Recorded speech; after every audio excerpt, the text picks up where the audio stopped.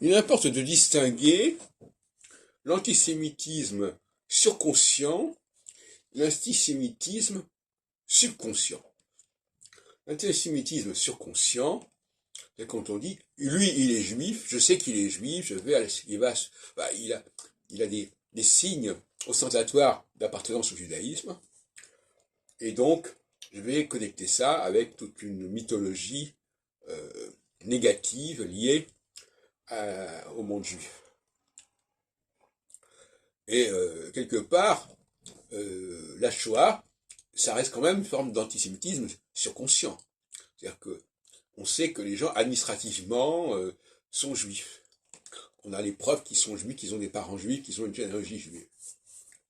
Mais pour moi, le véritable antisémitisme, c'est pas celui-là.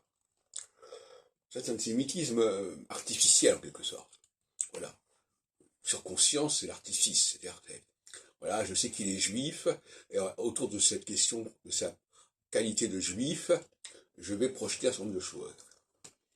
Par contre, l'antisémitisme subconscient, c'est un rejet de personnes dont on ignore la judéité, mais que l'on commence à détester pour toutes sortes de raisons, à refuser, à rejeter.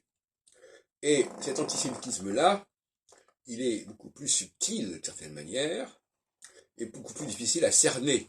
Or, à mon avis, c'est l'antisémitisme principal. C'est ça le paradoxe. Et d'ailleurs, j'en ai déjà parlé,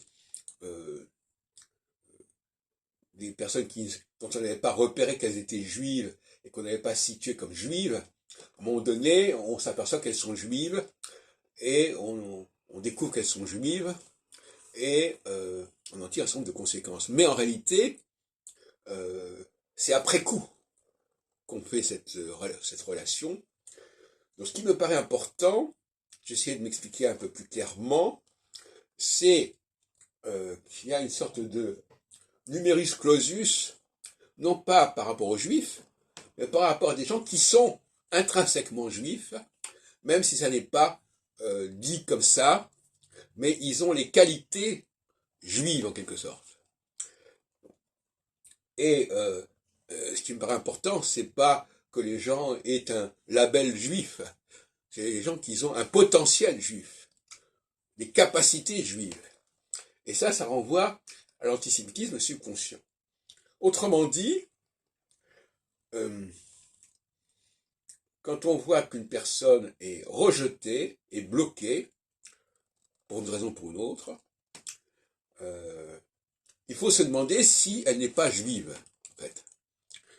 Mais elle n'aura pas été bloquée parce qu'elle était juive au sens de la surconscience, parce qu'elle était juive au sens que on savait qu'elle était juive.